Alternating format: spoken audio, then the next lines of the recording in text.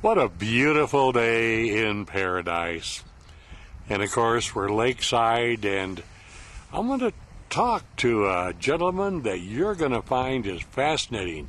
If you love the outdoors and you love the fish, man, he's the one that can let you know all about it.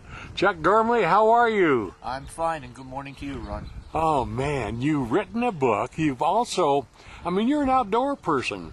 Yes, I have been all my life has been dedicated to some type of outdoor recreation, one or another, whether it be fishing or rock climbing or kayaking, cross-country skiing. I've done it all, I've taught it all, and certainly my greatest rewards has been introducing people to the outdoors. Oh, that's great. And of course, you've written a book. It's called Big Bear Lake and Trout Notes. And the Trout Notes, yes. And I tell you, I read that last night, and if anybody wants to catch fish, this is the book that will show you how. And that really, there's a trick to fishing, isn't there? I mean, as you say in the book, the fishermen can go out to catch fish, or they can just go out to fish, and they're not going to catch it. Exactly. There's certainly a difference between fishing and catching. And right. In the book, I have quoted some unknown source that I certainly believe in that says that 10% of the fishermen catch 90% of the fish. Wow. And I believe that that's absolutely true. And of course, there's three types of fishing. There's still fishing, where you go out, drop an anchor from a boat, and then wait there and wait there and wait there and drink beer. Or there's trolling, or shore fishing. Those are the three basic types. Yes. Or you can fly fish, in your little tubes things that they have. Ken Kern is the expert on the fly fishing, and I would recommend anybody that's interested in fly fishing to contact him. Yeah, you bet. Well, I'll do another update on him soon. That's Keith Kern. I said Ken. Yeah, but there's you really have to know a lot about the lake in there, you say the best way to find fish is fish finder, fish finder, fish finder. Yes, exactly. You can be doing all the right things. You could have all the right bait. But if you're fishing where there are no fish, you're just fishing and you're not catching. It could be a relaxing, enjoyable day, but you're not going to catch any fish. And the only way to really find the fish is with an electronic fish finder. Right. And they do have them. You see them most commonly on boats. They look like little television screens. They're sonar units. But there is a unit that is designed for the shore fishermen that can be used on shore. The sending unit attaches to your fishing rod, and you cast it out. And there's a small monitor that you hook to your rod that looks like a little television screen, and it reads the depth, the water temperature, and it'll also indicate if there are fish there. Wow, that is something.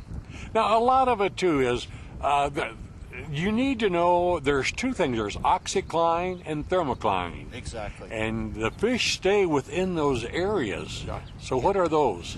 Well, the thermocline is the water column, or the level of in the water that the fish most enjoy. And for our lake, for rainbow trout, it's between 51 and 57 degrees.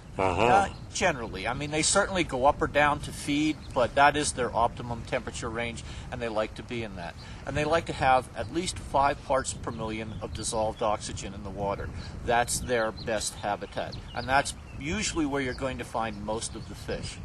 Right. There are times of the year when that water column is very narrow, and there are times of the year where that water column doesn't even exist in some parts of the lake.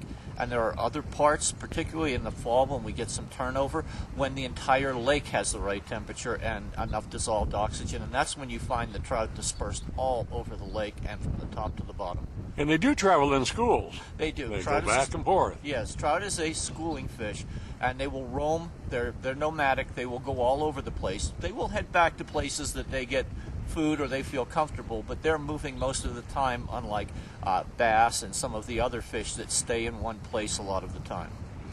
And I know that, is there any best way to catch fish? I mean, still fishing or trolling or shore, or are they all about the same if you know what you're doing? Well, if you know what you're doing, they're all about the same. And a very popular method, a very successful method for those people fishing from boats is trolling. and it seems to be the most popular up here.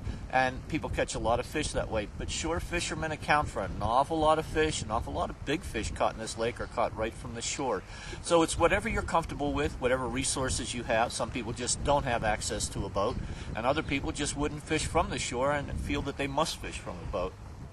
It goes to finding the fish, presenting them with the right bait in the right manner that will cause them to strike. Right. Now, where would you find out what the oxycline or thermocline is? Would marinas know? The marinas may know, but the Metropolitan Water District always knows.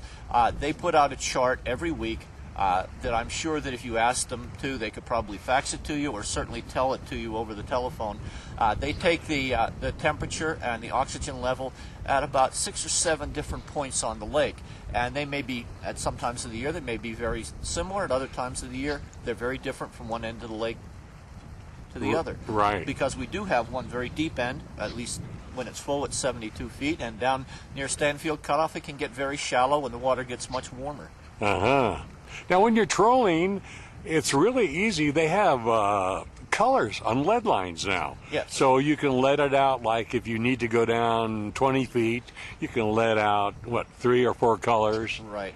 With lead line, it is colored every 10 meters or every 10 yards. Uh-huh. And if you're trolling at approximately 1 mile an hour, and that's the approximate speed that's most productive on this lake, you know that you're dropping down about 3 feet.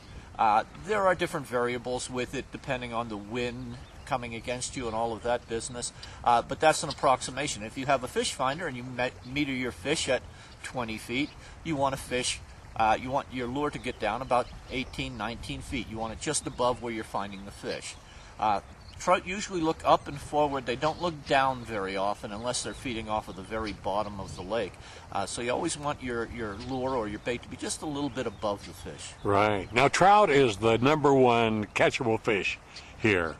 It's the most popular. It's right. the most popular. It's certainly not the only, but it's the most popular. Right. We do have bass. We have large and smallmouth bass. We have catfish and carp. Carp are a menace, and Mike Stevens in the Metropolitan Water District is doing what he can to try and reduce the numbers of carp in the lake. They seem to eat anything and everything. They're scavengers. They're scavengers. They can disturb and cover the beds of smaller fish. We have sunfish or bluegill and crappie, and if they should happen to lay eggs, the way that the carp move around, they cover the eggs with silt, and the eggs die. And carp are one of the most prolific fish on Earth. And we have a carp roundup every year where we invite people to come and catch carp, and there's prizes given for the most carp, the most weight of carp that people can catch or shoot with a bow and arrow. But trout seems to be what draws people to Big Bear. Right. Well, we are the premier trout fishing lake, really, of California. I don't think there's a better lake for trout. Well, that's arguable, and most people that frequent other lakes sometimes believe that theirs is too, and of course we believe that Big Bear is, but certainly it ranks way up there as being a productive, popular lake. Certainly one of the nicer lakes to get to in Southern California, that's in the mountains where you're not worried about the traffic, you're not worried about the heat. People come up here to enjoy a nice day or a nice week of fishing. We have the accommodations for them when they come up on a temporary basis, and many people, myself included, chose Big Bear to retire to because of the fishery that we have up here. Sure. And you've been fishing a long time, so you know what you're talking about. Well, I certainly, well, that one part is definitely true. I've been fishing for a long time. I am an East Coast transplant, and I grew up fishing the streams and lakes of Pennsylvania for trout and the shorelines of New Jersey to catch striper bass and some of the other fish, albacore and tuna. So I'm both a saltwater fisherman and a freshwater fisherman. And what's really nice that Mike Stevenson, we got to give him credit, is the introduction of more and more what they call pan-sized fish. Right. The bluegill, the crappie. Yeah. Exactly, and there's reasons for introducing them, and he was certainly right on when he started doing this. But the primary thing for fishermen is that they breed quickly, they multiply, they're easy fish to catch, which makes it a really good fish for kids. Kids love to catch fish. One of the things that I wrote this book for was to introduce people to catching fish so that when they do take kids out, kids can catch them. If kids don't catch fish in about the first 15 minutes to a half an hour, you just lose their attention for the most part. But if kids can catch fish, you may create a fisherman for the rest of their life. I know it. Now tell me about the book. I mean, I went through it. It really tells you everything you need to know how to catch fish. How not to catch fish. How not to catch fish. Yes, there are both sides of that story. The book, again, was written in what I thought was a need. There is no book that has been written, or that I know of, that's been written about catching trout in Big Bear Lake. And I worked at Alpine Sports Center for a few years, and primarily selling fishing equipment in the summertime. And people would come in and ask me, where should I fish and what should I use for bait? And as in my introduction, I usually upset them by saying, well, you need to fish where the fish are, and you need to give them something that they will eat. And if what you throw them they won't eat, try something else until they will eat it. There really is a need, I believe, for every lake, every resource, water resource, to have some type of reference so that fishermen can go out there and they don't have to blindly keep trying things. Right. And the book is an accumulation of different techniques that has been successful in the lake. Certainly not the only ones that have been successful. I make no claims to it being the only way to catch fish, but it's certainly proven methods of catching fish in the lake. A few things about the book. I designed it in a format that would fit in a tackle box, which is kind of nice so that people could carry it along with them. I also had it done in a spiral binding so that when you open the book, it stays open and it doesn't close on you. Right. And I wrote it in a notebook form, thus trout notes. Rather than writing a lot of lengthy paragraphs, I wrote it in short bullets with some very nice illustrations by Lorraine Horwath. And it takes you through the various methods of catching the fish, whether it's shore fishing, still fishing, trolling from a boat, the various methods of trolling, the different types of lures, the colors, all of that is pretty much step by step. What I didn't do is I didn't clutter it up with a lot of unnecessary information, because if a lot of fishermen are like me, they don't want to have to read too much clutter. They would rather just get right to the meat of the subject, and that's what I did. That's why it's limited to 100 pages. If I got a bit wordy, I could have doubled that, but Right. I assumed that no one needed those extra words. It also has resources in one chapter of the book. One of the last chapters of the book is a chart with all the different resources for fishermen in Big Bear Valley, where to buy a license, where to buy bait, where to buy tackle, that type of thing. And also, courtesy of the Water District, there is one of their maps that they have graciously given me to put in the back of their book. Oh, sure. I think it's of benefit to both the fishermen and to me and to the Water District, so that when people buy the book, they will have some information about the various rules and regulations that are required on the lake. And we do have speed limits on the lake, and Yes, when we you do. see the buoys there, that's within, between the buoy and the shore, that's a 5-mile Yes, limit. and fishermen in particular would certainly wish that all boaters would adhere to that regulation. Right. It doesn't always happen. In this lake, though, I have found that boaters, other recreational boaters, water skiers, wakeboarders can get along, and both of them can accomplish what they're trying to do during the day without interfering with each other. Now, if you're in a boat and you see a boat ahead of you and it has a white flag in it, you really need to stay clear. How far behind? Because he's trolling. Right. When he's trolling, they say to stay at least 100 feet behind a boat. A white flag is not a surrender flag by fishermen. It is an indication to everyone that they are trolling line behind their boat. They request 100 feet, but I would suggest that you give them as wide a berth as you could possibly give them. And in return, fishermen will try and not cut across a water skier or a wakeboarder's tow line, which doesn't happen very often. Right. Well, I tell you, it's fun. Fishing is great, relaxing, relieves your stress, and when you catch fish, it's fun. It's fun. I'd like to say that there is a limit, particularly on trout, which is five per day. Right, and there is no closed season. You can fish all year round, but please, please do not go on the ice. in the wintertime. Right. There's no successful ice fishing in Big Bear Lake. A century ago there isn't any longer. And there's a $500 fine if they get you on the lake. And that too. Yeah. Well, it's springtime now. It's fishing time, and the lake is open all year long. 24 hours a day. You can do night fishing, whatever you want. Right. And night fishing is very productive. Is it really? Yeah, for trout it is very productive. Wow, very good. It is a time when there are very few boats on the water. It is a time when the wind usually dies down. And if you go about it correctly, which is usually putting some type of light over the side of your boat, which is perfectly legal, it can be very productive for trout at nighttime. And lots of shore anglers find it very productive in the shallow end of the lake for catching catfish at night. It's a very popular activity.